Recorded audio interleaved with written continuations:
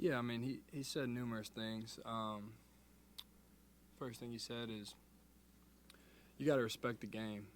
You get up like that, like we did in the first half, maybe took our foot off the gas.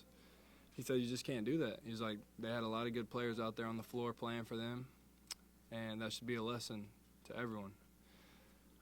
But he also said, you know, it really stinks that this is the way that our season ended because we really did have a good year, and he's really proud of, you know, the season. He's proud of the group. He said it's been a pleasure to coach this group. And, you know, most seasons end with, you know, a down locker room. Obviously, we didn't want that to happen tonight. But he just really wanted to, you know, say how proud he was of everybody. You know, we got a family there in that locker room. Everybody loves each other. And, you know, it really was an awesome year, awesome group of guys. But it definitely stings. Obviously, this isn't the way you want the season to end, but. Hunter, y'all missed your first 9 3-pointers in the second half, missed a bunch of free throws. It just feel like at one point there was just a lid on the basket for you.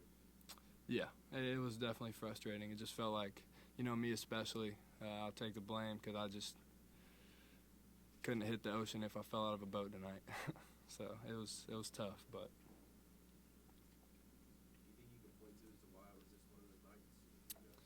No, not really. You know, you play this game long enough, sometimes that happens. Wasn't the first time, and it probably won't be the last, unfortunately. So. How difficult was it for y'all to kind of put the disappointment of Selection Sunday behind you and kind of get ready for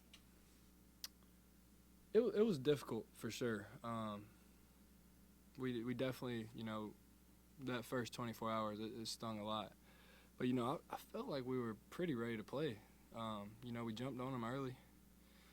And, you know, one thing I told the team before the game was just, obviously we're heartbroken. You know, we wanted to be in the NCAA tournament. But to put things in perspective, go back to your 14-year-old self and think about what you would have done for this opportunity to put this jersey on and play in front of this crowd. So don't be selfish. And you're living out some people's dreams, so make the most of it and don't take it for granted.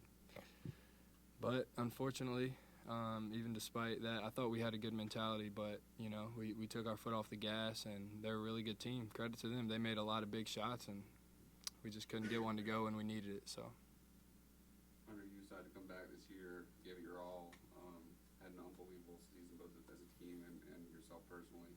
I guess what will you take away from this season the most? Any particular memories specifically? Yeah, I mean, I have tons of memories.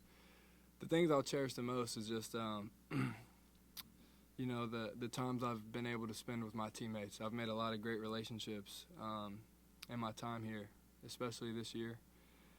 And whether it be, you know, just us on the bus, us on the plane, us in France, you know, I just have a lot of great memories. And I love everybody in that locker room, and I'm really going to cherish them forever. Will you still be able to personally be able to look back at the season and say, hey, this was a success and I made the right choice? And when you talk about some of those memories that you have? Yeah, absolutely. I think there's no doubt in my mind that I made the right choice coming back here. You know, it didn't end how we wanted it to, but at the end of the day, we really did have a good year. And I'm just proud of everybody in that locker room.